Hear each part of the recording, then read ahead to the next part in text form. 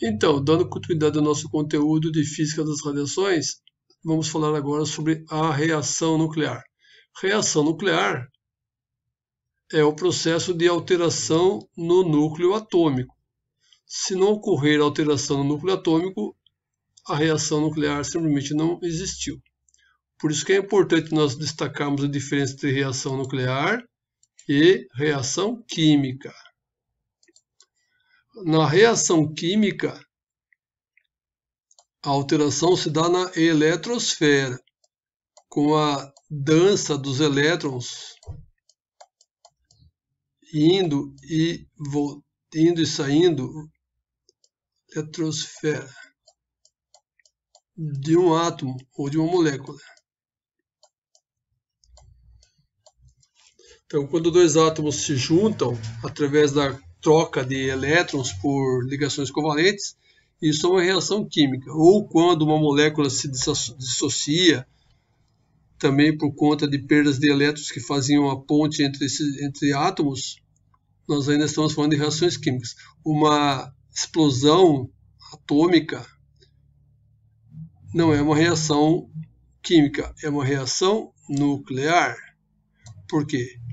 A reação ocorre a partir do núcleo. Muitas vezes, uma reação nuclear pode levar posteriormente a uma reação química. Por exemplo, o núcleo sofre uma transformação, um decaimento radiativo, por exemplo, a emissão de um elétron ou a perda de um elétron por captura, aí os elétrons na eletrosfera se reacomodam e isso poderá levar a uma reação química. Então, reação nuclear é o DNA, reação é a alteração do DNA do átomo. Reação química é uma alteração na parte de fora do átomo. Ok? Então, por definição, qualquer reação nuclear é qualquer processo no núcleo atômico que cause algum tipo de alteração e que pode se dar de forma espontânea, que é o caso do decaimento radioativo, ou pode se dar de forma induzida através de um agente externo, por exemplo, um bombardeamento do núcleo por fótons, por partículas ou qualquer outra coisa. Tá bom? Normalmente nós não tratamos do decaimento radioativo como sendo uma reação nuclear. É uma transformação por essa definição.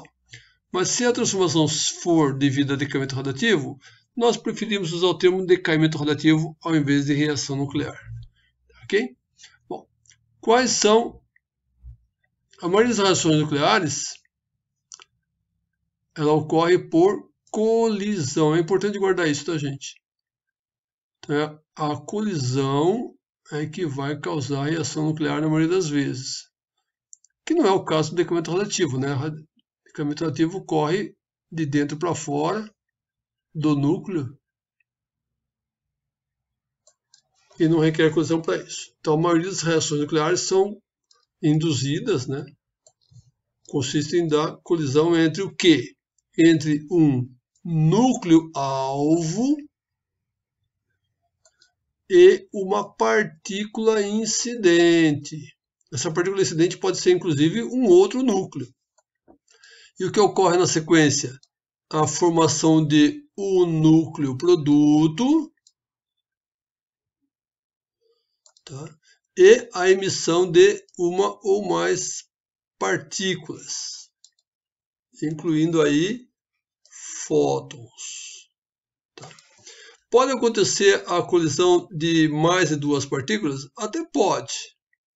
Mas isso é muito raro e não vamos abordar essa situação, então. Então, as reações nucleares induzidas, elas ocorrem basicamente por colisão. Colisão do quê? Entre o núcleo-alvo e uma partícula incidente. E o que isso resulta? Resulta no núcleo produto e a emissão de mais partículas ou até fótons. Se o núcleo produto for idêntico ao núcleo alvo,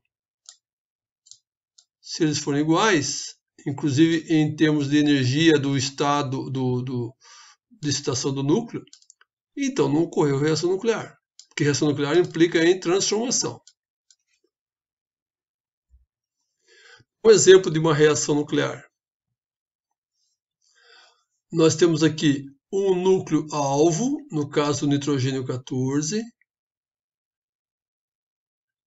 a partícula incidente, um nêutron. Ah, mas por que esse nêutron foi colidir contra o nitrogênio 14? Bom, eu poderia ter causado essa reação aqui. Isso aqui é uma colisão. Okay? Eu poderia arremessar nêutrons contra esse núcleo, mas no caso particular dessa reação aqui, nós vamos ver que esse nêutron ele vem do espaço. Esse nêutron aqui vem junto com o que nós chamamos de radiação cósmica. É um caso particular. E esse nitrogênio 14, onde é que ele está? Ele está na nossa atmosfera. Os gases da nossa atmosfera são diversos, mas o predominante é o nitrogênio. Então, o nêutron que vem lá dos confins do espaço encontra bastante núcleo de nitrogênio. Portanto, a probabilidade de haver essa reação aqui ela é relativamente alta. E o que acontece depois dessa colisão aqui? Bom, esse nêutron aqui ele é trocado por um próton. Então o nêutron remove um próton do nitrogênio.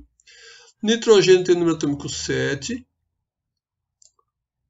Se ele perder um próton, ele vira número atômico 6, que é o carbono. Então olha só, núcleo alvo e agora o núcleo produto. São diferentes? São diferentes. Então houve uma reação nuclear. No caso aqui, por uma colisão de uma partícula incidente. E o que foi emitido? Um próton. Tá? Bom, essa mesma equação aqui ela pode ser simplificada da seguinte forma. Entre parênteses, nós colocamos a partícula incidente e depois a partícula ou as partículas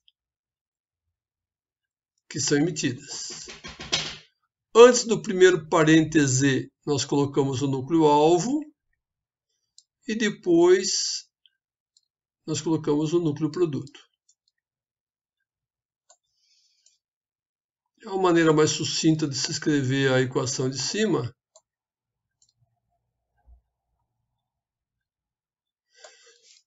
Essa equação, como eu já estava dizendo, é uma equação extremamente importante no nosso dia a dia. Por quê? Porque o nosso planeta é bombardeado por radiação cósmica. E a radiação cósmica é composta, entre outras partículas, por nêutrons. E esses nêutrons colidem com núcleos de nitrogênio 14 que estão no ar. Quando isso ocorre, há a formação de carbono 14. Bom, o carbono 14 ele é uma raridade se nós compararmos com a abundância do carbono 12. O carbono 12 é quase todo o carbono que nós temos no planeta. O carbono 14 é muito pouco. E tem mais uma coisa, o carbono 14 ele é radioativo, o que significa que ele sofre decaimento. Quando ele sofre decaimento, ele volta a virar nitrogênio a partir da emissão de partícula beta. Bom, mas quando a gente respira o ar, a gente respira também o carbono. Quando nós nos alimentamos, nós também incorporamos carbono através da alimentação. E as plantas, quando elas respiram carbono. E na respiração, na alimentação, vem tudo junto. O nosso organismo, ou os organismos, não fazem distinção se o carbono é 14 ou se o carbono é 12. Bom, mais ou menos para cada 1 grama de material orgânico, seja planta, seja animal, ou até mesmo na natureza, no ar, cada 1 grama, o carbono 14 tem uma atividade de mais ou menos 0,23 becquerel.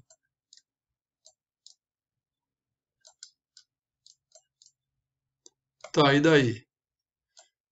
E daí que se nós coletamos uma amostra de um material vivo, planta ou animal, cada 1 grama desse material vai me dar uma atividade de 0,23 becquerel. Lembra? 1 becquerel é uma desintegração por segundo. Então você precisaria de pelo menos 4 gramas para ter 1 becquerel. Mas vamos imaginar que esse material, um pedaço de osso, um pedaço de madeira, foi encontrado em algum arquivo, em algum sítio arqueológico, e deseja saber qual é a idade desse material. Bom, uma vez que qualquer organismo vivo morra, ele deixa de ingerir carbono, seja respirando, seja comendo, seja planta, seja animal. E o carbono 14 que está aqui dentro, né, vai sofrendo decaimento, emitindo radiação.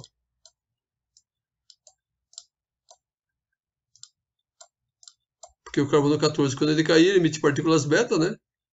E depois também emite radiação gama.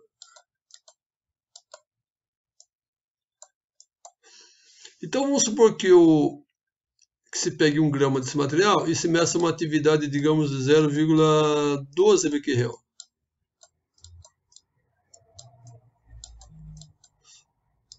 Ora, 0,12 é quase a metade de 0,23, o que significa que a atividade que era de partida 0,23 becquerel agora é de apenas a metade. O que você conclui é que esse material já deixou de ser vivo há pelo menos uma meia-vida.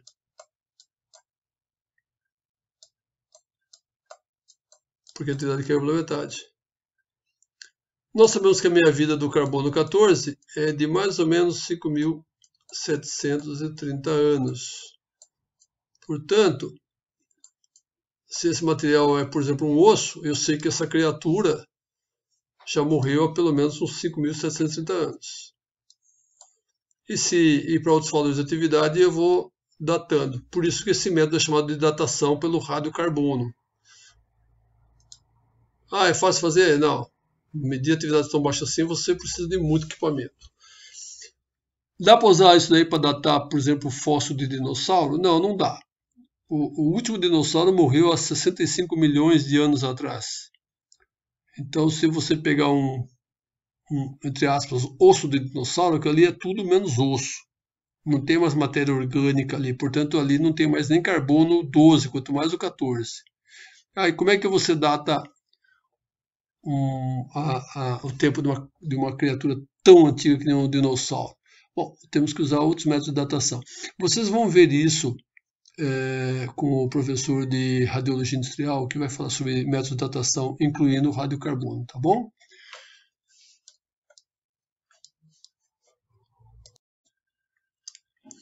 O espalhamento elástico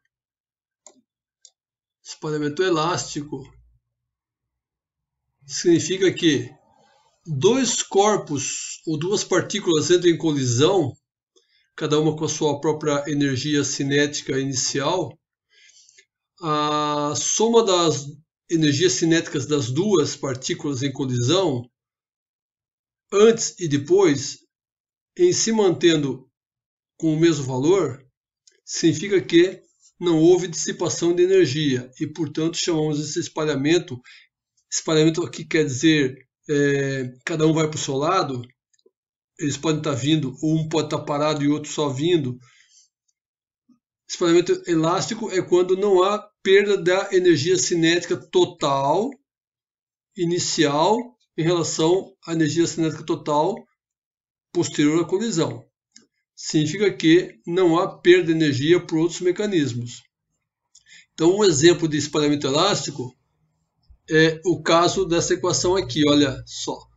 o nêutron, partícula incidente, vem com uma certa velocidade.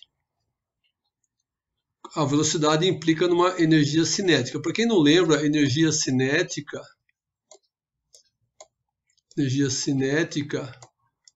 é dada por meio da massa do objeto vezes a sua velocidade ao quadrado. Então, se o nêutron incidente tem uma velocidade inicial, e ele também tem uma massa, então ele tem uma energia cinética. Se o núcleo-alvo tem uma velocidade inicial, mesma coisa, a velocidade, a massa desse núcleo e tem uma energia cinética. Se por acaso o núcleo estiver parado, a velocidade é zero e, consequentemente, a energia cinética também é. Bom, somando-se as energias cinéticas de um e de outro, nós vamos ter um valor para a energia cinética antes da colisão. Se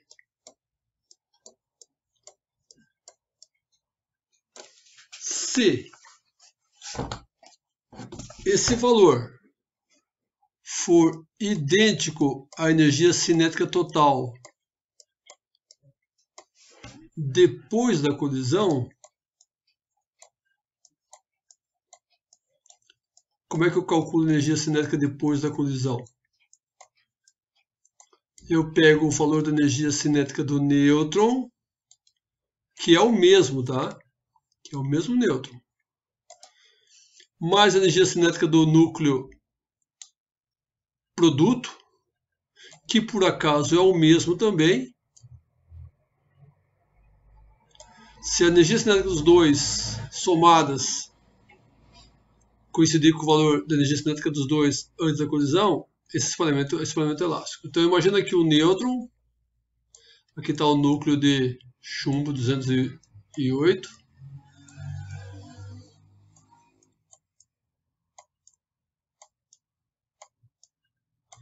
um colide contra o outro,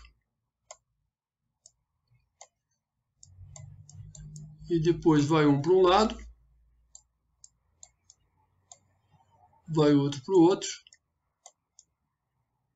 digamos que esse seja o nêutron, digamos que esse seja o chumbo.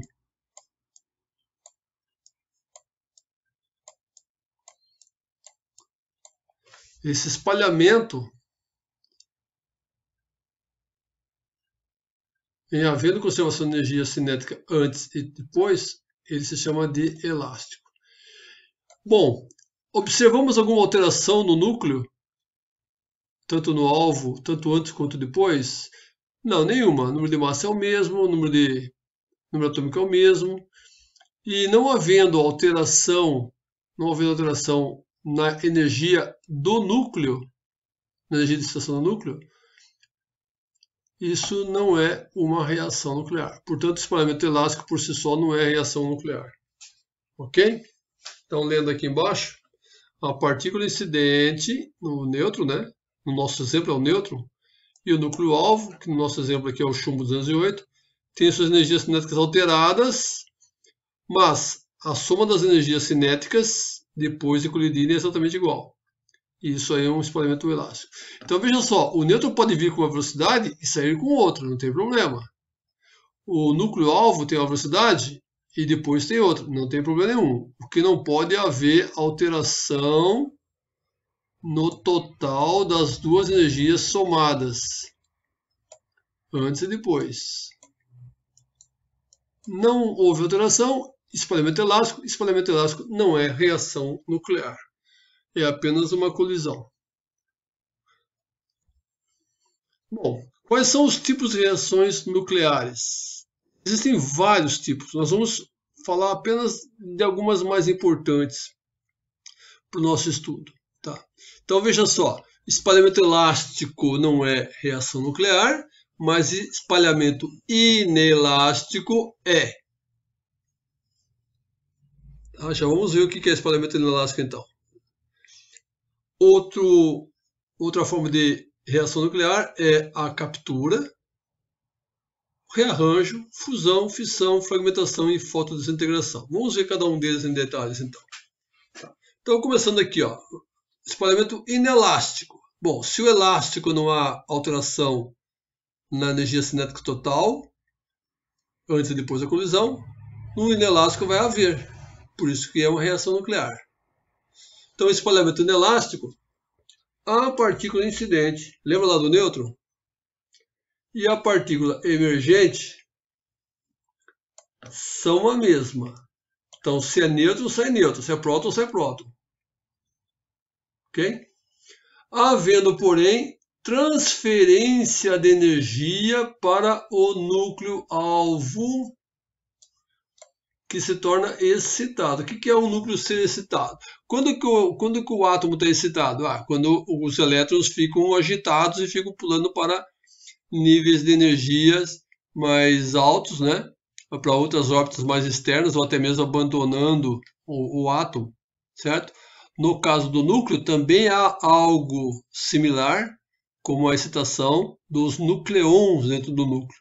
Então, para os núcleos ficarem excitados, para o núcleo ficar excitado, assim como para a eletrosfera ficar excitada, é preciso que haja transferência de energia. Então, quem é que vai transferir energia para os elétrons da eletrosfera? Bom, pode ser um elétron que está chegando, pode ser uma partícula carregada em geral.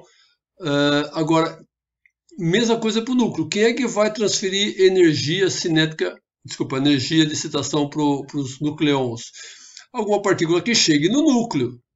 Se a partícula não conseguir chegar no núcleo, não há qualquer possibilidade de haver essa transferência de energia, portanto o núcleo não tem como ficar excitado.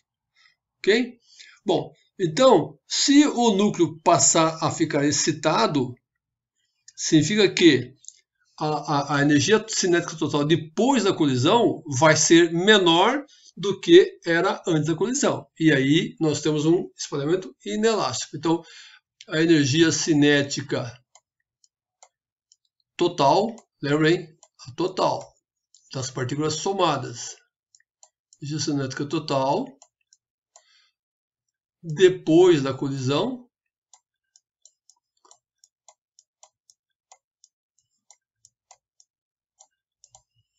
é menor do que era antes. Tá, e a diferença de energia? A diferença de energia foi transferida para o núcleo. Por isso que o núcleo ficou excitado. Ok? Então, a energia cinética total após a colisão é menor que antes da colisão. E a diferença corresponde ao quê? A energia da excitação nuclear. É muito fácil, né? Muito fácil de guardar isso daí.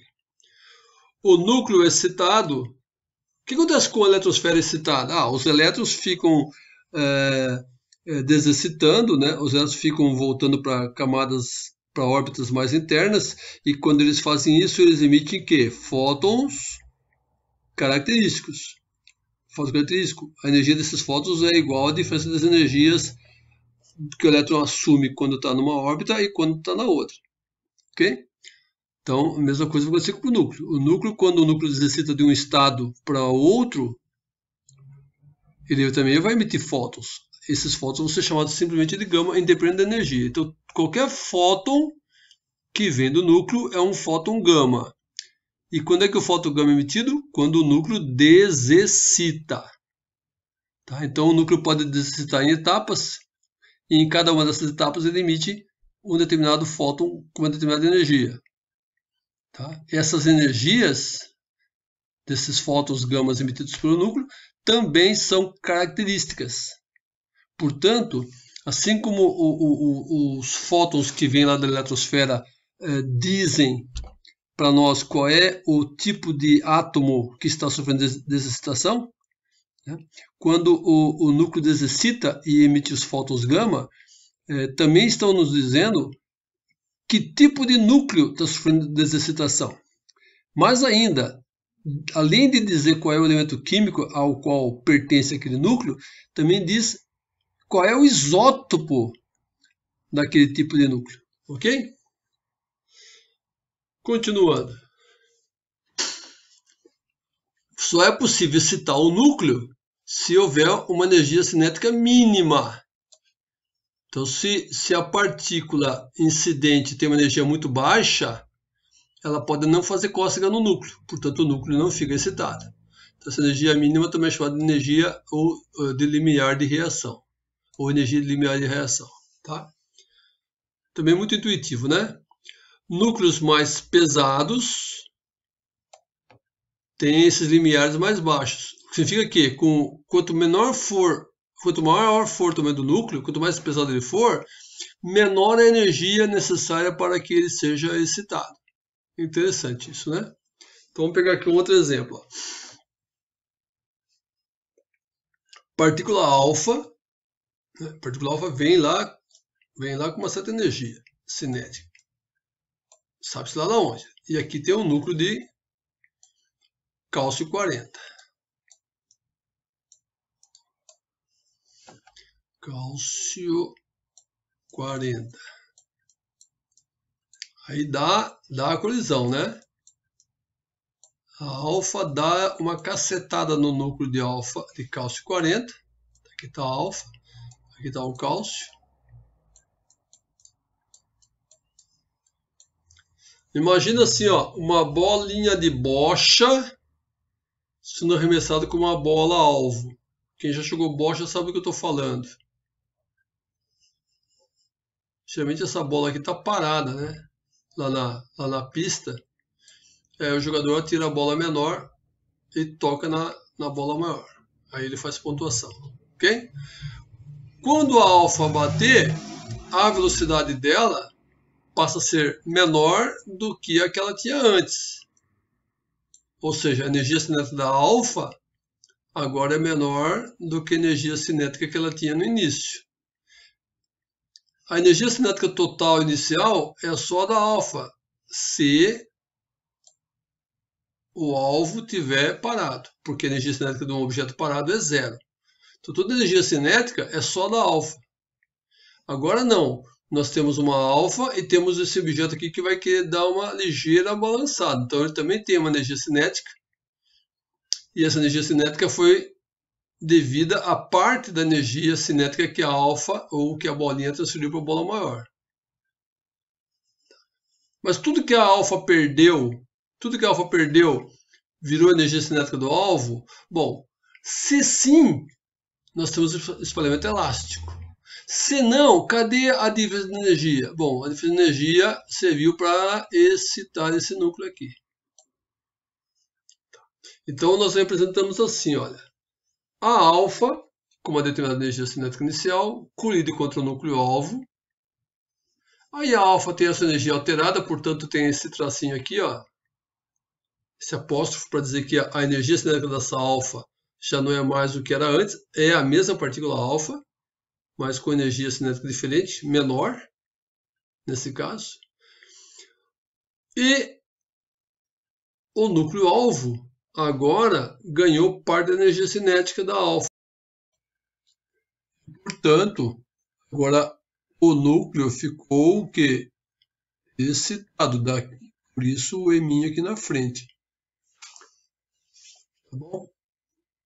É isso daí. O núcleo é o mesmo, né? O núcleo alvo e o núcleo produto é o mesmo, só que agora ele ficou excitado pela partícula que incidiu. Bom, o que serve isso? Uma das maneiras de você analisar o material também, porque isso aqui de novo é uma grande interrogação, eu não sei o que tem aqui. Assim como que eu fiz com o nêutron, eu posso fazer com partículas alfa. Aí essa minha amostra aqui fica excitada. E na desexcitação vai fazer o quê? Vai emitir radiação gama característica.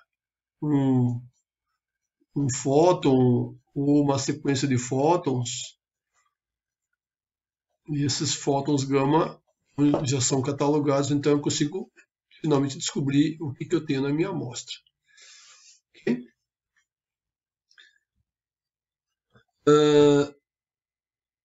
Uma possibilidade de que a partícula incidente seja não simplesmente uma partícula alfa ou nêutron, mas seja ela mesma é um núcleo. Um núcleo mais pesado, né? Já que a partícula alfa também é um núcleo. Então, pode acontecer dessa partícula incidente também terminar excitada. Okay? Nesse caso aqui a gente chama de mútua excitação. Então, tanto a partícula alfa terminou seu núcleo ativado, excitado, quanto a partícula incidente sai da colisão também excitada. Então, essa é uma possibilidade. A segunda forma bastante importante de reação nuclear é a captura. Captura do quê? A partícula incidente. A partícula incidente ela pode ter carga, ela pode ser uma alfa, né? Um próton, mas também pode não ter carga nenhuma, tipo um nêutron. E ela pode ser capturada pelo núcleo alfa. Vamos ver alguns exemplos aqui, ó. Ouro 97 bombardeado com próton. Mas como é que eu vou fazer isso? Bom, se você lembrar, o próton por si só já é o núcleo de um átomo de hidrogênio, certo?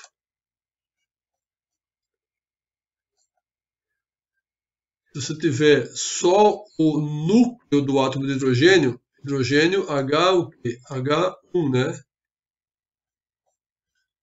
Posso chamá-lo de próton.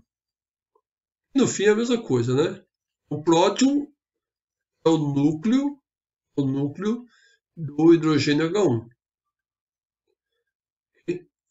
Então, eu posso ter hidrogênio H1, hidrogênio H2 na forma gasosa. Aí eu consigo fazer com que os prótons possam ser arremessados contra alvos. A gente faz isso, por exemplo, em máquinas chamadas de aceleradores de partículas, no caso partículas carregadas, que é o caso do próton. Então, de alguma maneira, ele ganha muita energia cinética, porque lembre-se que se eu quero atingir o núcleo de ouro, seja 197, 198, 196, não importa, lembre-se que isso aqui tudo é muito carregado positivamente. Se eu quero que um próton que também é carregado seja incorporado, ele precisa ter muita energia cinética, senão ele não consegue entrar. Os outros que já estão aqui simplesmente vão repeli-lo. Então, como é que eu faço a partícula carregada ganhar energia cinética? Eu vou usar, por exemplo, os aceleradores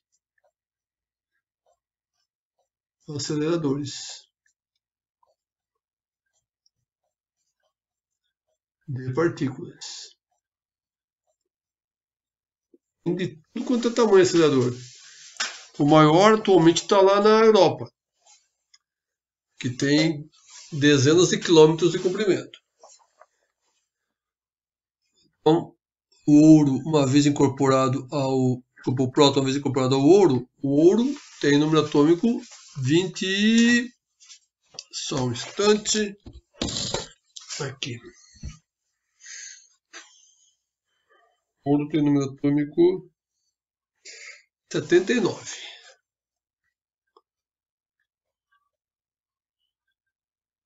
Se ele incorporar mais um próton, ele vai para o número atômico 80. E número atômico 80 nós já estamos falando do mercúrio, Hg. E o número de massa também aumenta uma unidade, certo? 197 vai para 198. Esse núcleo aqui vem ao mundo, esse novo núcleo, o núcleo alvo vem ao mundo excitado. Na excitação dele, ele emite um fóton gama. De novo, se isso aqui para mim é uma caixa preta, eu posso bombardear com partícula tipo próton e saber do que se trata. Apenas examinando que a radiação gama emitida na sequência. Okay? Então, por isso esse mecanismo é chamado de mecanismo de captura. A partícula incidente fica incorporada ao núcleo alvo. Vamos ver outro exemplo aqui, ó. Boro 10. O boro, número atômico 5. Okay? Aí ele é bombardeado com nêutron. Não altera nada do número atômico, então ele continua sendo boro. Só muda o número de massa. Ó. De 10 mais um nêutron vai para 11. Okay? Depois esse boro aqui, 11, boro 11 ele é instável, porque tem 5 prótons e mais 6 nêutrons. Para dar 11 tem que ter 6 nêutrons, correto? É instável. Aqui vai dar para esse asterisco aqui. Esse instável ele vai decair. Quando ele decair, ele pode decair emitindo partícula alfa. A partícula alfa são 2 prótons, então ele perde dos 5, ele perde 2 para alfa. Então o núcleo resultante é o lítio, número atômico 3. E ele perde 4 unidades, né? Porque alfa tem 4 unidades de massa atômica. Ele perde 4 e o lítio vai ficar com 7 nucleons. Tá. Então, onde é que ocorreu a captura? Ocorreu nesse processo aqui. Ó. Aqui é um decaimento normal, né? Daqui para cá foi um decaimento. Aqui, processo também muito importante. Urânio 238. Quase todo urânio no mundo é isótopo 238. Okay. Então, o urânio 238 ele é muito abundante e se você beneficiar o minério de urânio e depois fazer com que ele seja bombardeado com nêutrons, ele simplesmente incorpora o nêutron na sua massa, então ele continua sendo urânio, só que o 239 e emite depois um fóton gama. Na sequência, pessoal, a gente vai ver, vocês vão ver isso depois na industrial, quando o professor falar de reatores nucleares, vocês vão ver que o urânio 239, depois de uns 2 decaimentos beta, ele vai se tornar plutônio. Tá? 239. E o plutônio é um material muito interessante para se fazer tanto bombas atômicas quanto para se utilizar em reatores nucleares. Os países que não detêm tecnologia avançada no processamento do urânio, vou falar nos próximos slides, eles usam o urânio 238 mesmo, que é mais fácil, mais abundante e não precisa de um beneficiamento, tipo enriquecimento isotópico, que requer muita tecnologia. Então, os países pobres que têm reatores nucleares costumam usar o urânio 238. É o combustível nuclear do país pobre. Só que de tabela eles conseguem o quê? Plutônio 239. E o plutônio é bastante nobre. O problema é você retirar depois o plutônio da mistureba que vai acontecer quando esse urânio aqui vai sofrer decaimento. Tá? Mas ainda assim é bem mais fácil e mais barato. Mas vamos continuar, depois a gente fala de novo sobre o urânio. O cobalto 59 é um metal não radioativo. Você vai lá e acha na natureza. Aí você leva lá para um reator nuclear. Reator nuclear, o que ele é? Ele é basicamente um ambiente onde você tem muito nêutron para usar como partículas incidentes. Aí o cobalto 59 incorpora o nêutron, continua sendo cobalto, só que agora passou a ser cobalto 60. E o cobalto 60 tem larga escala industrial, já teve muito na área da radioterapia também. O cobalto 60, vocês lembram dos vídeos das aulas anteriores, tem uma meia-vida de 5,6 anos, então as fontes de cobalto são bastante duradouras para fins de aplicações industriais. E a energia da radiação do cobalto, a energia gama, o cobalto depois ele vai se tornar níquel, tá? E nessa transição ele emite fótons gama, emite 2 fótons com duas energias. Essa radiação gama pode ser usada para várias finalidades. esterilização de materiais médicos, tratamento de alimentos para fins de aumento de vida útil, de eliminação de pragas. Também se usava muito para fazer radioterapia e também se usa para fazer radiografia. E como a energia dessa radiação aqui é bastante alta, então você pode usar o cobalto 60 como fonte para fazer radiografia de estruturas bastante espessas, tipo colunas de pontes e chapas de aço muito espessas e coisas desse tipo. Então, como é que você produz cobalto 60? A partir de captura de nêutrons. É isso que precisa guardar. Guardem bem isso. Continuando, o próximo mecanismo é o rearranjo. O nome já está dizendo, né? Há um arranjo das partículas envolvidas. Há uma permuta, na verdade. Então, a partícula incidente é trocada entre o núcleo-alvo e o núcleo produto. Vamos ver aqui, ó. Ouro 197, bombardeado com próton. Ah, mas você não mostrou no vídeo anterior, lá, no slide anterior, que o ouro bombardeado ele virava mercúrio? Bom, essa é uma possibilidade. Aqui depende muito da energia cinética da partícula incidente. Para cada tipo de resultado, existe uma certa probabilidade. Aqui no caso, o nosso ouro agora, por algum motivo, ele recebeu esse próton. Lembrando que próton é de número atômico 1, né? Ele levou esse próton na cabeça. Esse próton fez com que esse núcleo tivesse removido deles um deuteron. Lembra o que é o deuteron? O deuteron é o núcleo do deutério. O que é o deutério? É o átomo de hidrogênio que tem um próton e um nêutron.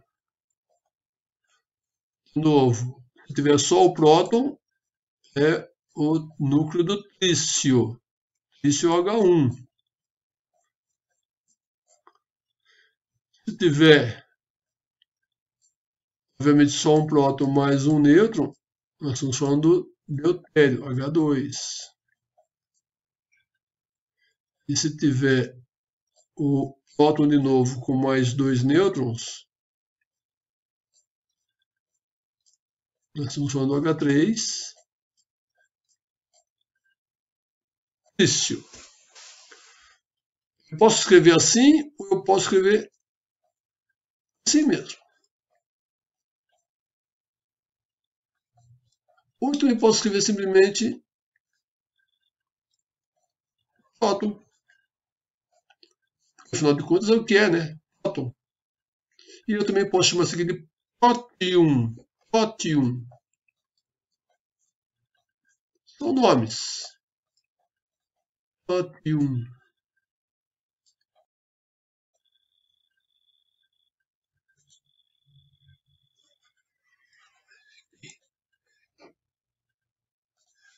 O hidrogênio 2 também pode ser chamado simplesmente de deutério. Ou se nós estivermos referindo ao núcleo, vamos chamar de deuteron. Então, H2, hidrogênio 2.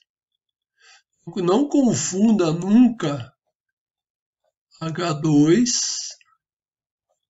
com H2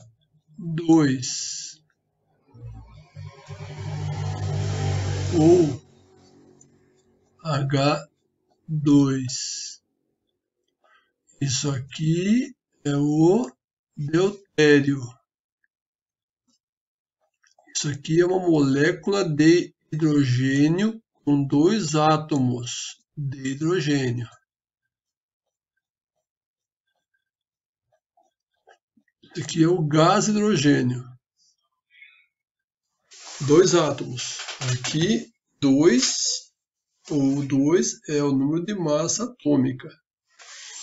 Então, o H2 isótopo 2 do hidrogênio, também chamado de deutério, Dzinho, ou também você vai achar por Dzão. E o núcleo você pode chamar de deuteron. Deuteron é o núcleo do deutério. O H3 é o trício. Você vai achar por Tzinho, ou também vai achar por T maiúsculo. E o núcleo do trício é o tricium.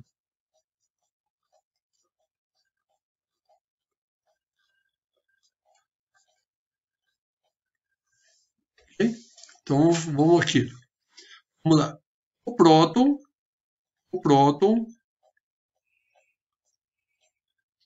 lida contra um núcleo de ouro. Lembra que o ouro no número atômico 79. Aí mais um próton, ele iria para 80, certo? Ele viraria mercúrio, que nós vimos no vídeo anterior, né? O ouro incorporou o próton e virou mercúrio, mas isso é captura. Agora, o que vai acontecer é o seguinte, o próton, por algum motivo, ou ele tem muita energia cinética, ele, em vez de ser incorporado pelo ouro, ele remove parte do núcleo do ouro. O que ele remove? Remove um deuteron. Lembrando que o deuteron é o próton. Então, o próton que o ouro ganhou, incidiu sobre ele ganha um próton, mas perde o próton de volta. Ainda leva um nêutron com ele. Além de tudo, o número de massa do ouro é uma unidade, mas deixou o novo núcleo excitado. Portanto, PM de metastável aqui.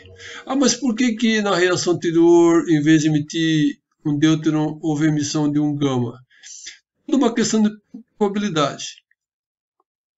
Depende das condições em que essa colisão ocorreu, velocidade, essas coisas.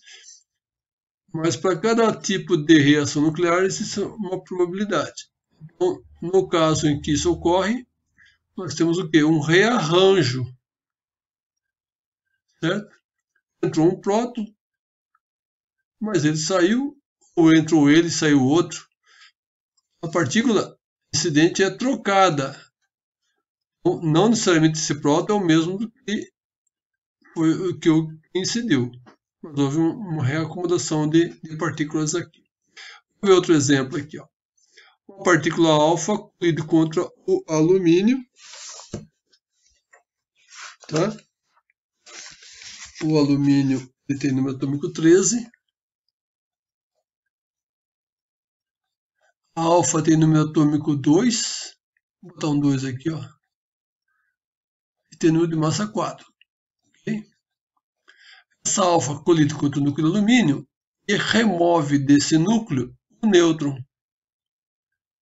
Vamos lá. O novo núcleo teria número atômico 13 mais 2, 15. E 15 é exatamente o fósforo. Fechou? O número de massa do novo núcleo seria os 27 do núcleo alvo mais os 4 da partícula incidente, dá 31. Mas como o nêutron foi ejetado, 31 cai para 30. Aqui a nossa reação de rearranjo. Okay? Então não houve a captura simples da partícula alfa. O núcleo ganhou alguma coisa e perdeu outra. Aqui, o ferro 54. O ferro tem número atômico 26. Vocês vão fazer exercício, você sempre esteja com a tabela periódica na mão. Incorporou 2 alfas, uma alfa, incorporou 2 prótons, o número atômico vai para 28. Por quê? Porque o que saiu foi nêutron, então os 28 prótons ficaram aqui dentro. E 28 de fato é o níquel. O número de massa, em princípio, seria 54 mais 4, 58. Mas como perdi 2 nêutrons, 56 e fechou. Vamos ver outro exemplo aqui. Fácil também, né? O hélio no atômico 2 mais 2 prótons vai para 4. Mas como perde um próton, fica com 3. 3 é lítio. A de massa 4 do hélio mais 4 da alfa seria 8. Mas como perdeu um próton, fica com 7. Então, o núcleo alfa é o lítio 7. Aqui, ferro, novo número atômico 26, mais 2 das alfas, 28. Mas como perde um próton do deuteron, de 28 cai para 27. E 27 é o número atômico do elemento químico cobalto. Número de massa, 54 mais 4 da alfa, 58. Menos 2 do deuteron. Certo? Deuteron tem número de massa 2, por isso que é o H2. 54 menos 2, 58 menos 2, 50. 54 com 58 menos 2, esse aqui está errado. 56. Correto? 54 do ferro mais 4 da alfa dá 58. 58 perde 2 do deuteron, 56. Corrijo lá no texto depois, eu só fui ver agora. Aqui. O enxofre 32 colide com o ferro 54. Ferro atômico 26.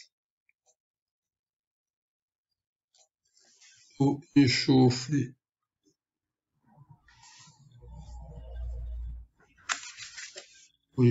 é 16.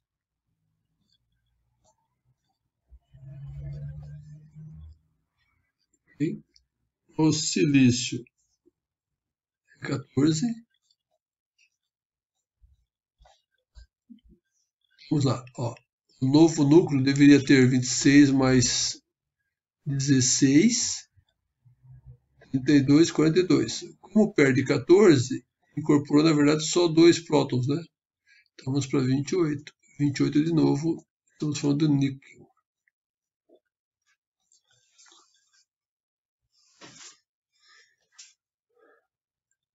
E a massa? 54 mais 32, 54 mais 32, mais perde 28, então na verdade incorporou só 4, então 54 mais 54, 54 mais 4, 58, está aqui.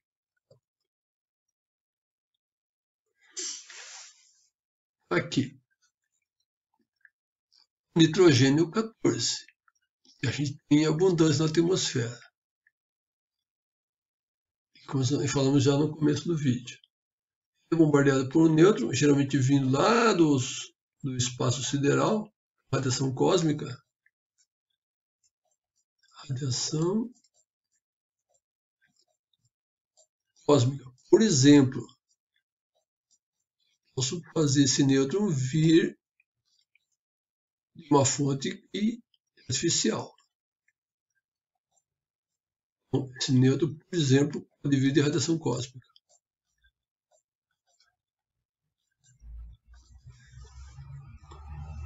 Então, o nitrogênio tem número atômico 7.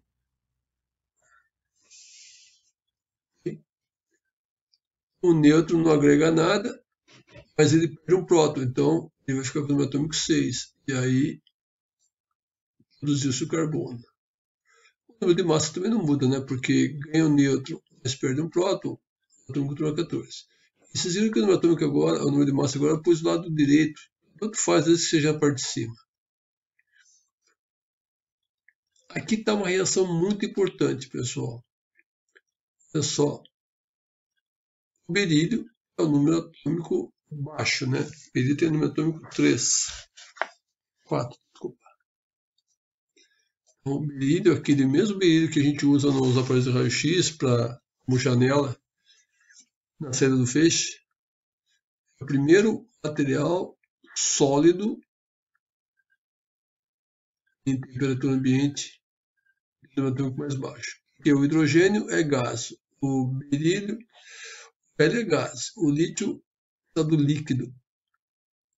O berílio já começa a aparecer como uma forma sólida na temperatura ambiente. Então, é um núcleo levezinho.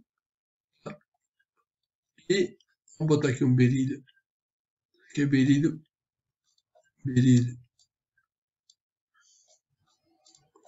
9. Ele tem 4 prótons e tem mais 5 nêutrons. Aí você pega e lasca uma alfa em cima dele. A alfa são o quê? São 2 prótons e mais 2 nêutrons. Uma colisão bem sentida para o berílio. O berílio é um núcleo pequeno. Leva uma cacetada de uma alfa, ele sente, né? Nessa colisão, o que acontece? Um dos nêutrons é removido do berílio. Okay?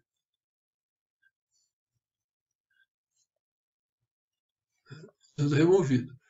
Mas o resto tudo é incorporado. Então, o berílio vai ganhar mais 2 prótons na alfa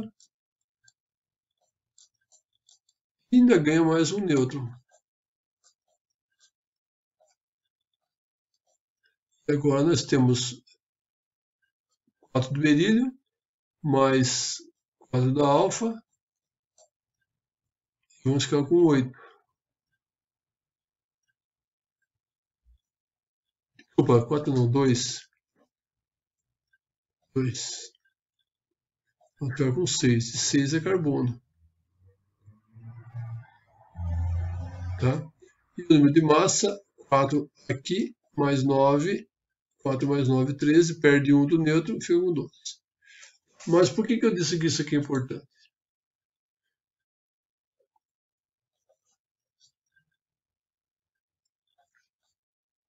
É importante porque eu tenho uma fonte de berílio, uma fonte de nêutrons, porque nessa reação aqui, meu novo núcleo,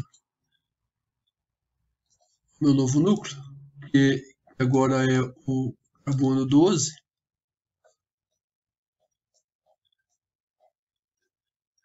eu tenho nêutron. Então, se eu tiver bastante berílio, em particular, e algum emissor alfa incorporado nele, se eu tiver aqui uma fonte que é berílio, berílio inerte, mas eu tiver aqui distribuído dentro dele, ou na sua superfície, emissor alfa, digamos merício, 241, é emissor alfa, por natureza,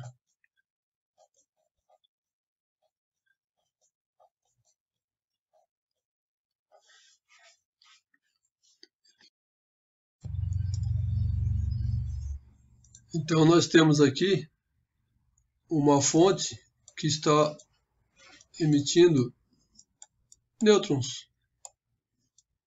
Por isso nós dizemos que nós temos uma fonte americio, berílio, que é uma fonte de nêutrons.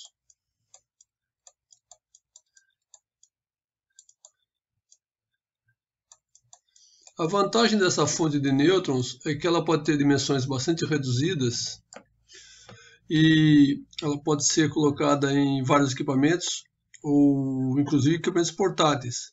Imagine, por exemplo, que vocês vão ver isso nas aplicações industriais. Suponhamos que eu esteja pavimentando o solo para poder depois vir aqui com uma camada de asfalto, coisa assim, para fazer, por exemplo, uma pista de aeroporto ou mesmo uma rodovia. Isso aqui não pode ceder. Imagina, o avião passa aqui, faz um buraco e o acidente pode ser terrível. Então o rolo compressor vai compactando Outra coisa que é muito importante nesse processo é avaliar o teor de umidade. Lembrando que onde tem água, você tem bastante hidrogênio, obviamente, né? Então eu posso vir aqui com uma fonte de amerício berílio.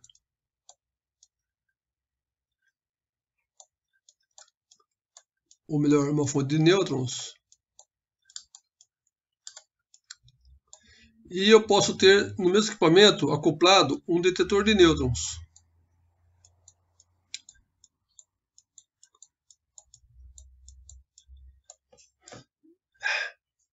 Detetor.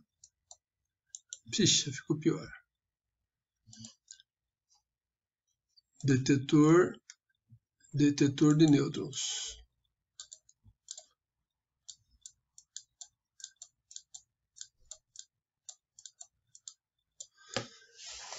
Então, os nêutrons que penetram o solo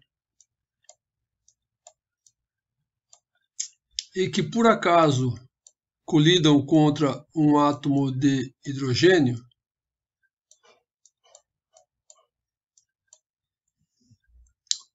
como o nêutron e o átomo de hidrogênio, que é praticamente um próton, como eles são praticamente do mesmo tamanho, é possível que haja uma colisão na qual o próton seja fortemente rebatido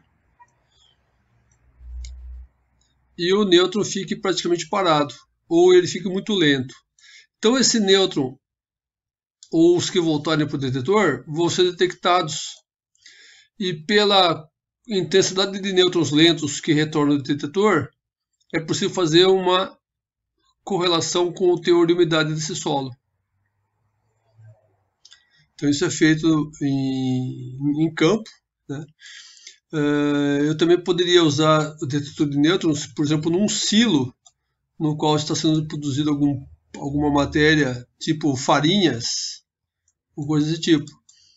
E aí o fabricante lá precisa saber se isso aqui já está devidamente seco.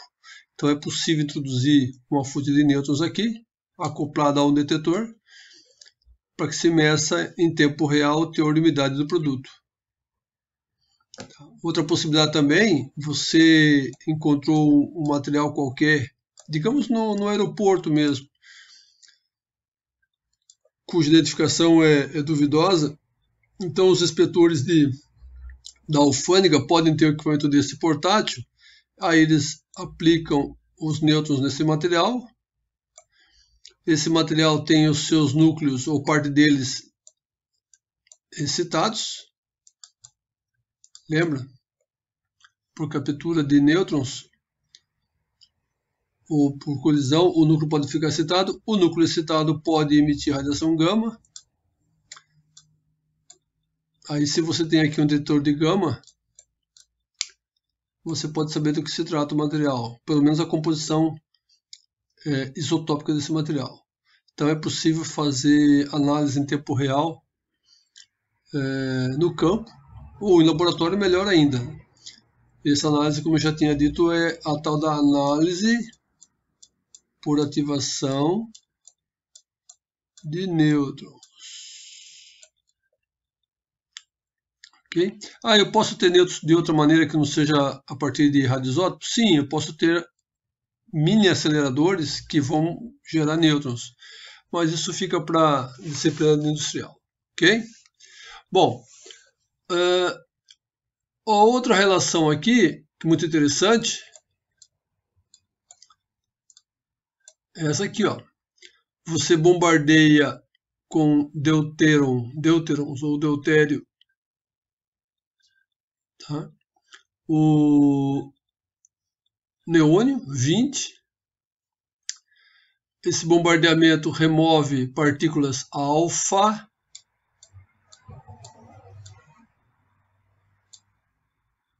do neônio e o que te sobra é flúor 18. Vamos lá. O neônio tem número atômico 10. O deutéron tem número atômico 1, porque é hidrogênio, certo? A alfa tem número atômico 2. Então vamos lá, 10 prótons mais 1, 11. 11 menos 2, sobra 9. E 9 é o flúor. Okay? E a massa? Bom, 20. Deuteron tem número de massa 2, que é um próton e um nêutron. E a alfa tem número de massa 4. Então 20 com 2, 22, menos 4, que a alfa leva embora, sobra 18. Então, como é que eu produzo o flúor 18? Uma das técnicas é bombardear com deuteron o neônio. O flúor 18 é extremamente importante na medicina nuclear, porque ele tem uma meia-vida muito curta, de 110 minutos. Portanto, você pode ministrar isso ao paciente e muito em breve a atividade residual do flúor nesse organismo cai bastante, cai a valores bastante significantes. Mas o que é legal do flúor é que o flúor depois ele vai decair emitindo partículas beta, que nada mais é do que o pósitron, certo? E a partícula beta, ao encontrar com elétrons pelo caminho, dentro do paciente, obviamente, né, sofre o processo de aniquilação, nós já falamos sobre isso também, e o processo de aniquilação gera fótons gama de aniquilação, não gama de origem nuclear, gama da origem devido à mútua aniquilação de um pósitron com um elétron.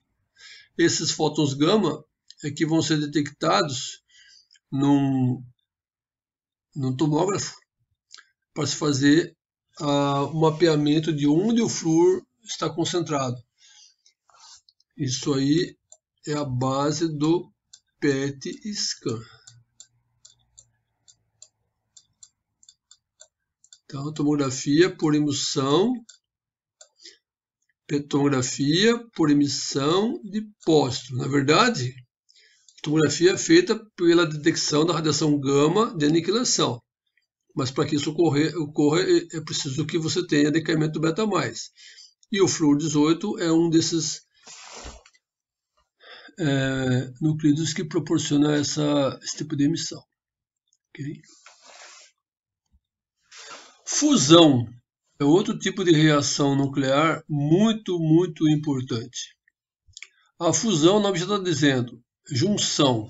Então, quando você tem dois núcleos leves, por que é importante que eles sejam leves? Porque se eles forem pesados, eles vão ter muita carga positiva nos seus núcleos e, obviamente, que a repulsão entre eles vai ser muito forte.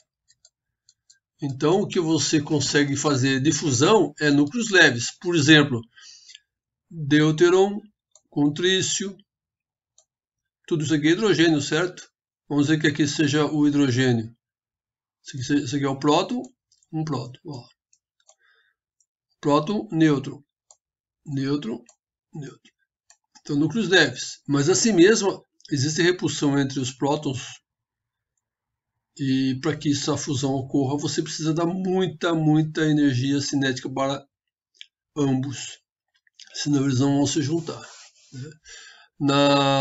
Nessa junção, né, forma-se um núcleo único, que obviamente vai ser mais pesado do que os dois juntos. Né? Ok? Desculpa, falei bobagem. Do que os dois individualmente. Então, o núcleo fundido, né, vai ser maior do que os núcleos individuais. Então, veja que aqui eu tinha um núcleo com 2 nucleons, aqui com 3, e o núcleo fundido aqui tem 4. Tá. Bom, então o exemplo, estava dando aqui, né? O trício se fundindo com deutério, ou tritium se fundindo com deuteron, porque a fusão é dos núcleos e não dos átomos, com a produção do que? Vamos ver aqui, nós temos 2 prótons é hélio, e mais 2 nêutrons, então nós produzimos o hélio 4. Essa fusão. Tá, mas e daí? Para que me serve o hélio? Bom, o hélio não serve para muita coisa. O que é interessante para nós aqui é que quando eles se fundem, há uma liberação de energia bastante alta. Imagine que, vamos supor que você tem aqui, só a fim de comparação, 2 kg de açúcar. E aqui você tem 3 kg. Obviamente que na vida macroscópica isso não vai ser observável, mas em escala nuclear, sim. 2 kg de açúcar com 3 kg de açúcar, isso resulta em quê? 5 kg de açúcar, certo? Bom, 1 kg está aqui. Então aqui deveria ter 4 kg, só que não tem, aqui tem menos de 4 kg. Isso aqui é menor que 4 kg. Aí você fala assim, tá, mas peraí, como é que pode sumir açúcar? O açúcar foi transformado em energia.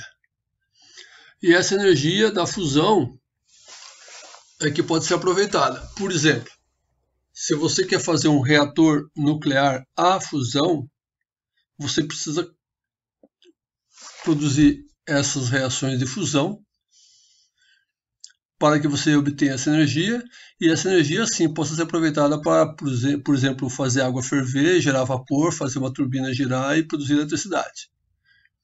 Então o reator nuclear à fusão funciona desse jeito. Tem reatores nucleares à fusão atualmente? Tem, mas ainda estão em escala assim, muito incipiente, digamos assim. Por quê? Porque tem tanto problema técnico para ser resolvido. Hoje em dia fica mais caro você juntar, ou você gasta mais energia fazendo essa fusão, do que a energia que você obtém pós-fusão. Então é muito complicado. E essa energia que ela é tão intensa, o calor é tão intenso, que não tem nada que possa ser tocado por essa energia que não vá fundir. Então, uma saída é usar um equipamento mais ou menos desse tipo aqui, ó.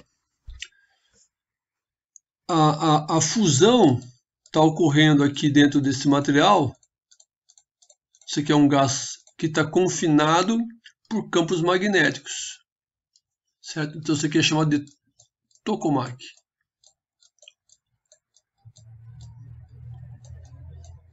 Quem quiser saber mais depois, em industrial, nós vamos falar mais sobre isso daí. Então a energia, o calor, né, aquece obviamente todo o gás ali, porque o hidrogênio, o deutério e o trítio são gases, certo? Então esse gás vai aquecer enormemente, só que ele não pode tocar em nenhum material, porque não existe nada que tenha sido produzido até hoje que suporte calor tão intenso.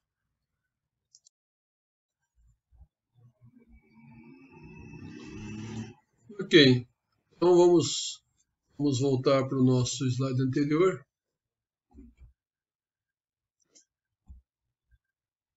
Fusão. No Sol, nosso Sol, esse processo de fusão está ocorrendo o tempo todo, de átomos de hidrogênio, ou melhor, núcleo de hidrogênio, produzindo hélio. E nesse meio tempo aqui, a emissão de bastante energia. É essa energia que faz com que a nossa estrela brilhe, e tantas outras por aí. Vai chegar um momento em que os átomos de hidrogênio, os núcleos de hidrogênio vão ter uma quantidade muito reduzida, portanto essa probabilidade de encontro aqui vai diminuir, e a tendência da estrela é cada vez produzir menos energia, cada vez brilhar menos. Então, como ela é bastante maciça, ela vai se encolher, porque o que mantém a estrela do jeito que ela é? A energia fazendo pressão no sentido oposto ao da força da gravidade. Então a nossa estrela vai encolher, vai mudar de cor, vai encolher de tamanho, de tanto que vai de novo começar a fusão de outros núcleos mais pesados, até que vai chegar um momento em que a nossa estrela simplesmente vai começar a se expandir, e vai atingir planetas, inclusive pode atingir até Marte. Ou seja, se existir vida no planeta Terra nessa época, bem antes disso, ela simplesmente vai ser extinta por causa das condições inadequadas para qualquer forma de vida que nós possamos imaginar. Mas não se preocupe com isso agora não, porque isso é para daqui a uns 4 bilhões de anos, 4 bilhões e meio de anos. Então a gente não vai estar vivo para ver essa coisa acontecer. Tá ok? E o próximo método para reação nuclear é a fissão. Então, a fissão, ao contrário da fusão, implica em divisão de um núcleo. Um núcleo pesado. Porque o núcleo pequeno não tem por que ficar se dividindo. Essa divisão desse núcleo pesado, geralmente em 2 novos núcleos. Tá? Eventualmente 3, mas a regra é 2 novos núcleos novos. O que faz essa divisão ocorrer? A incidência de partículas mais leves, geralmente nêutrons. Lembra? Nêutron não tem carga, então o nêutron chega no núcleo sem grandes dificuldades. Vamos ver aqui, ó. Isso aqui era um núcleo e sofreu fissão. Se esse núcleo aqui fosse um núcleo pesado, digamos urânio 235, um núcleo bem pesado. Quando ele fissiona, através da colisão de um nêutron, está aqui o nêutron que causou a fissão. Quando ele fissiona, ele dá origem a 2 novos núcleos menores. Por exemplo, um deles é o rubídio 90 e o outro é o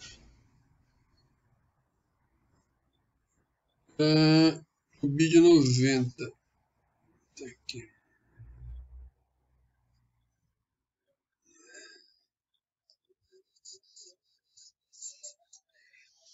Rubídio, isso. O outro é o césio 143.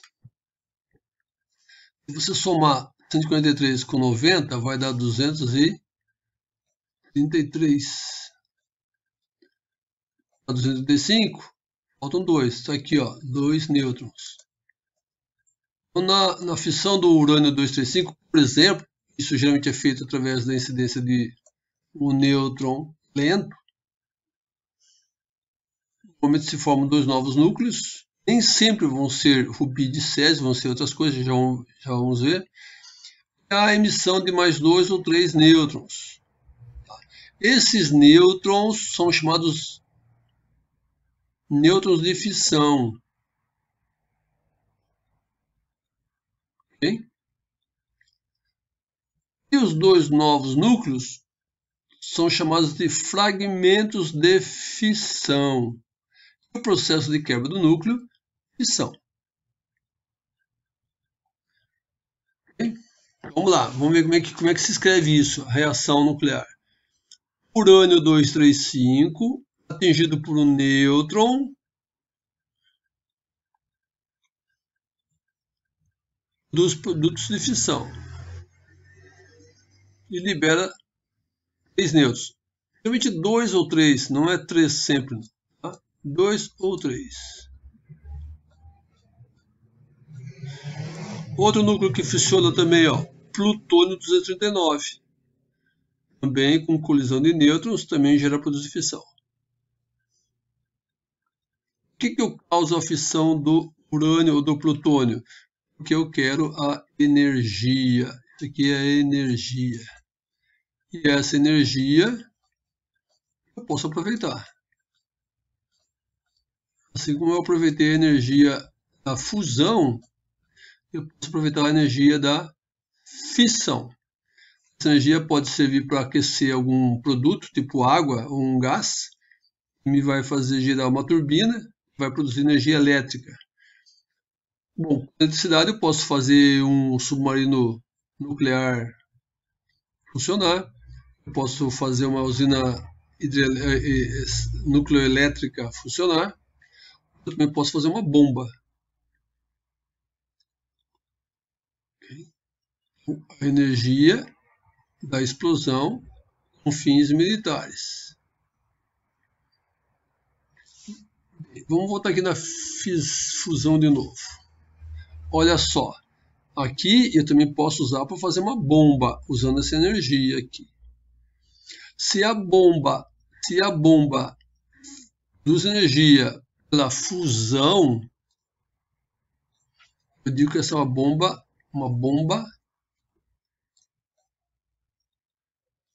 termonuclear. Bomba termonuclear.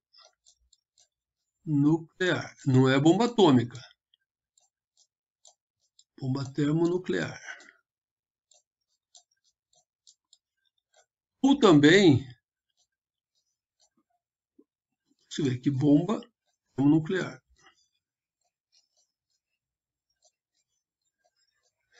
Ou também, como ela funciona a partir da fusão de íons, de isótopos de hidrogênio, é também chamada de bomba de hidrogênio. Bomba de hidrogênio.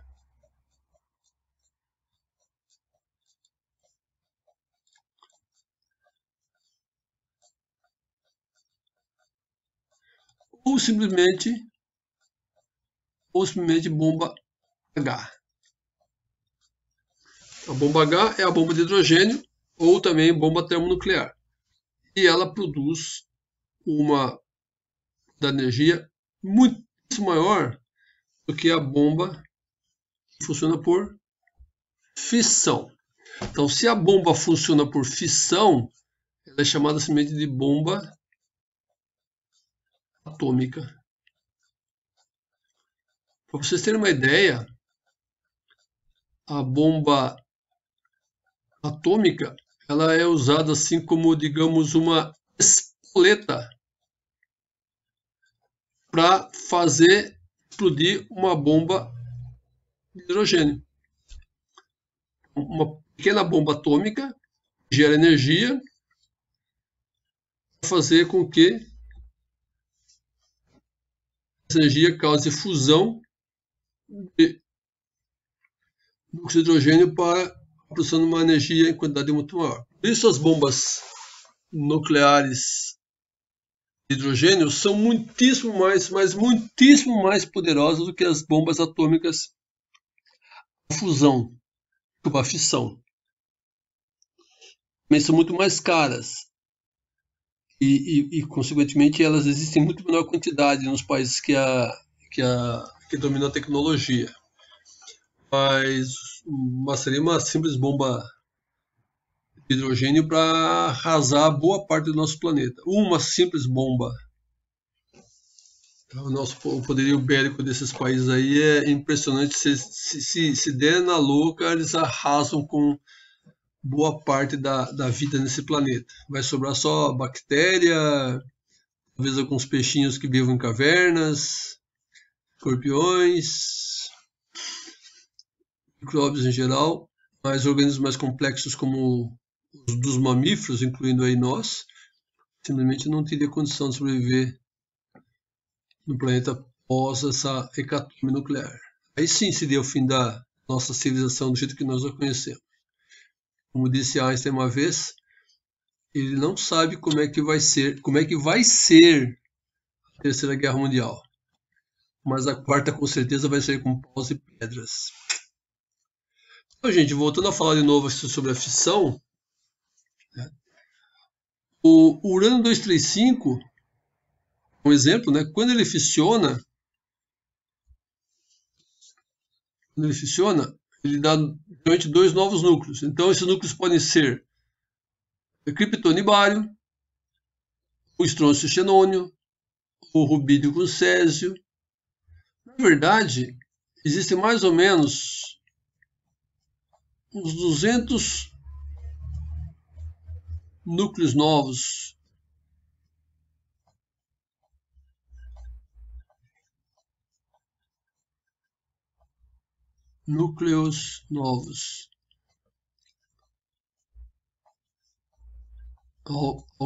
aos quais nós chamamos de fragmentos de fissão.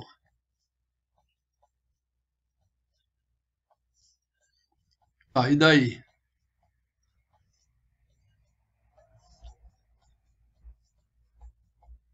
E daí que sempre vai ocorrer fissão do núcleo de urânio quando ele colide com um átomo com um nêutron? Não, não.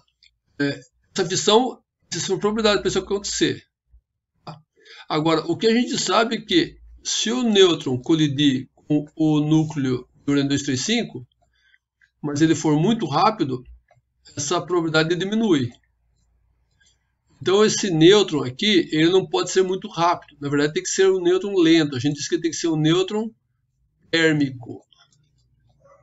O que é nêutron térmico? É um nêutron cuja velocidade é compatível com a temperatura do meio.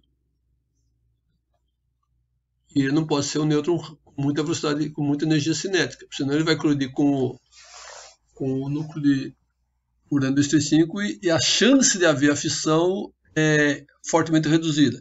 Vocês podem pensar, só para memorizar essa condição, um jogo de boliche. Quem já jogou boliche já descobriu que não adianta arremessar a bola com muita força, porque a bola pode acertar um pino ou dois, vai arrancar o pino, vai fazer o pino sair voando, mas é pouco provável que os demais pinos também caiam, simplesmente porque não são atingidos. Se você atira a bola, você joga a bola do boliche com uma velocidade bastante adequada, esses pinos que são derrubados, eles caem ali na volta mesmo e vão derrubando os demais na sua volta. Então, com o núcleo do urânio 235 é mais ou menos assim. Não adianta meter o nêutron rápido em cima dele que ele pode não fissionar. Ele pode simplesmente ricochetear o nêutron ou até mesmo incorporar esse nêutron aí. Mas para tudo isso existe uma probabilidade. Bem, então para o nêutron perder velocidade, ele precisa passar por algum material que tire a energia cinética dele. Okay? Então esse material pode ser água ou pode ser grafite, depende da construção do reator.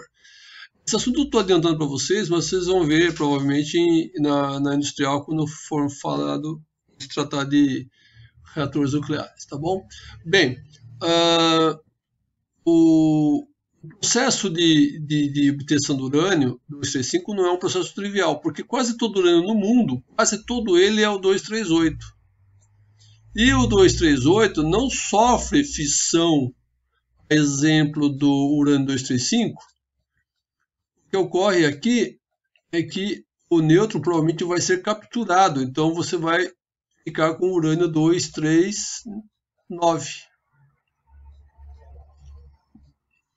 E não tem fissão, e se não tem fissão, não tem a energia que você precisa. A vantagem é que o urânio 239, depois de 2 decaimentos beta, vai virar plutônio 235.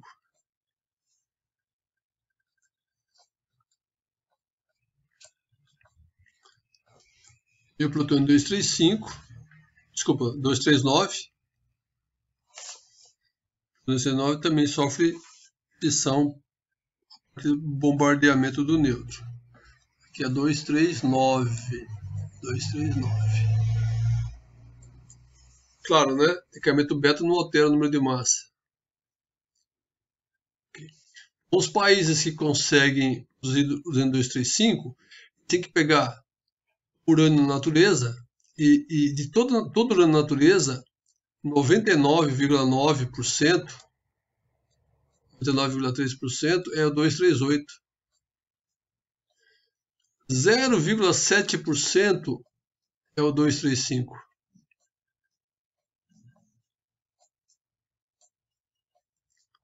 E para que você tenha essas reações de quebra de núcleos 235, você precisa ter vários desses núcleos aqui para serem quebrados.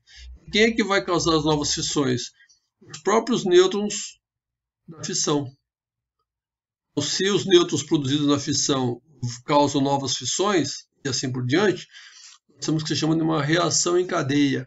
Só que esses nêutrons, quando eles vêm ao mundo, Eles não são lentos, eles são rápidos, então eles precisam perder energia cinética, se tornarem lentos, para quando encontrar novos núcleos de urânio 235, causarem fissões de maneira bastante provável. Bem, voltando aqui então, aqui eu tenho bastante nêutrons, para que eu tenha bastante urânio 235, eu preciso ir de 0,7 a pelo menos 3%. E se eu quiser fazer bomba, eu preciso de 90%, eu preciso inverter essa relação praticamente entre o 238 e o 235. Então esse processo de fazer a proporção de urânio 235 da natureza aumentar é o que se chama de enriquecimento isotópico. No caso aqui, o enriquecimento do urânio. Em poucos países no mundo, o Brasil inclusive, é um dos países que consegue fazer isso, tem tecnologia para fazer esse enriquecimento. Países pobres que têm usado nuclear,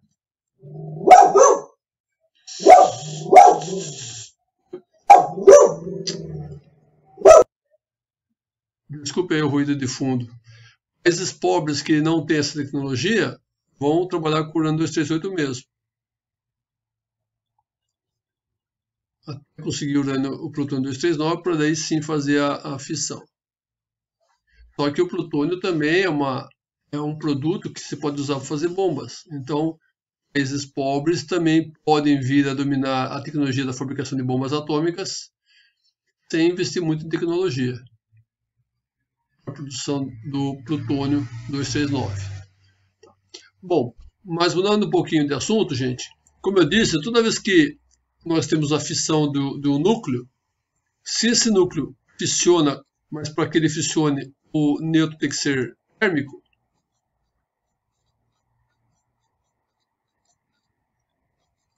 os núcleos que fissionam com o nêutron térmico são chamados de núcleos físseis. Então, o urânio 235 é um material físsil. O que é ser físsil? Ele fissiona a partir de nêutron térmico. O plutônio 239 também é físsil. Tá? E quando você constrói uma usina nuclear e bota ela para funcionar, você precisa ter o urânio 235 na proporção enriquecida, como eu disse para vocês, 10%, 20%.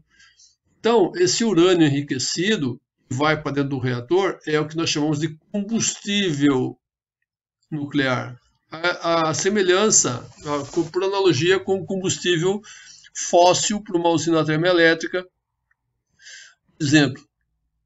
Então, o combustível nuclear no reator que utiliza urânio 235, quando ele é novo, ele é basicamente urânio 235. Só que conforme vá ocorrendo as fissões, você produz esses quase 200 tipos aqui de novos núcleos. Estão ali também, junto do combustível. Vai chegar um momento em que vai ter muito pouco urânio 235 disponível para novas fissões.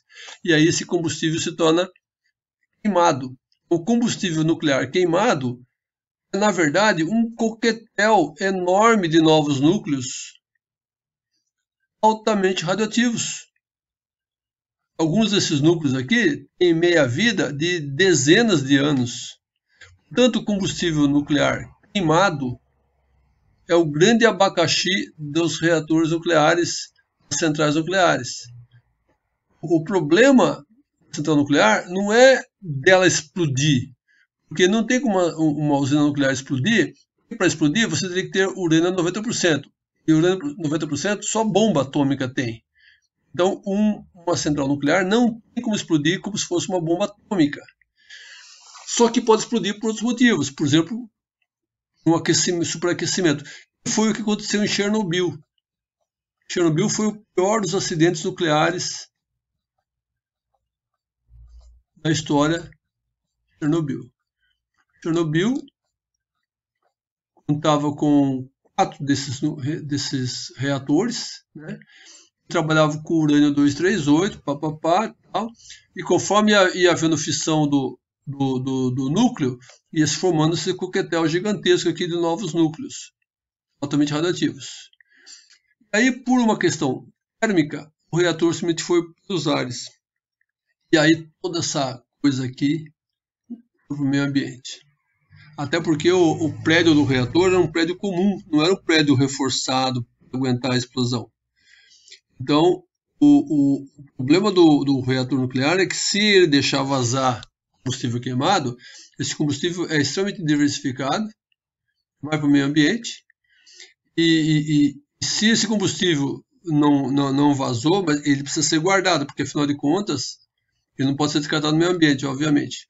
Então, o combustível nuclear que nós estamos queimando hoje em dia, mesmo aqui no Brasil, está sendo guardado dentro de grandes piscinas, porque a água serve como blindagem, radiação, ela é barata, só que isso aí vai ficar pelos próximos séculos.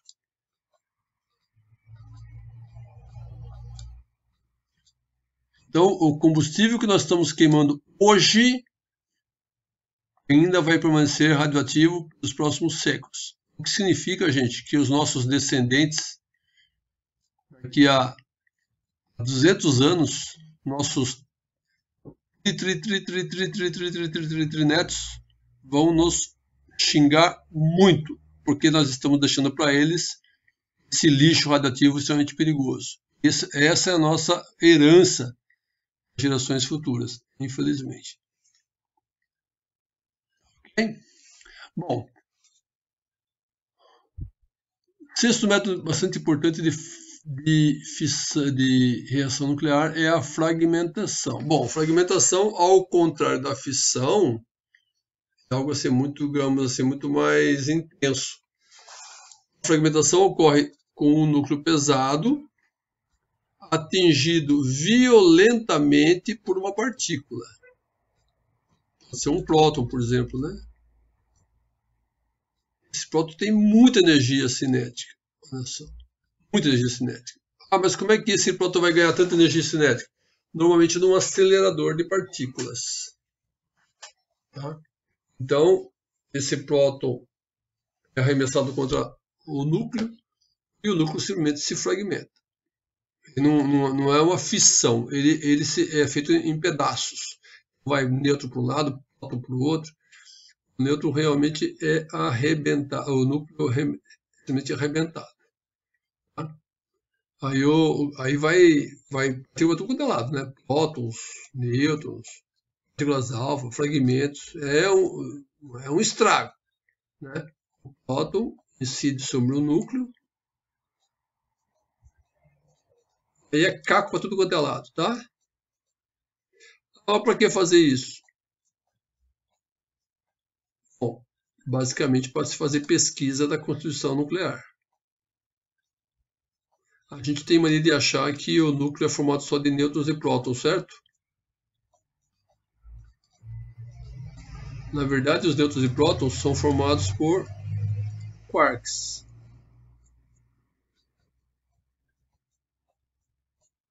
E os quarks, por sua vez, formam uma infinidade de novas partículas. Muitas delas não são conhecidas, não são entendidas. Então, a fragmentação nuclear, ela basicamente está apoiada, ela se destina à pesquisa nuclear, porque muita coisa ainda precisa ser entendida, tá bom? Então não vamos ater isso daqui. E a fotodesintegração, que é o último dos métodos de reação nuclear. Também nós fazemos ocorrer a alteração nuclear, né? Já que é uma reação nuclear, a partir de um núcleo-alvo que absorve um fóton. Esse fóton, obviamente, tem alta energia. Esse fóton é um fóton gama, tá? E aí, esse núcleo sofre transformação e te dá um núcleo produto. Então, vamos ver aqui uma equação bem simples. Ó. O fóton gama de altíssima energia, isso foto, por causa do fóton, atinge o núcleo-alvo, aqui no caso é o magnésio.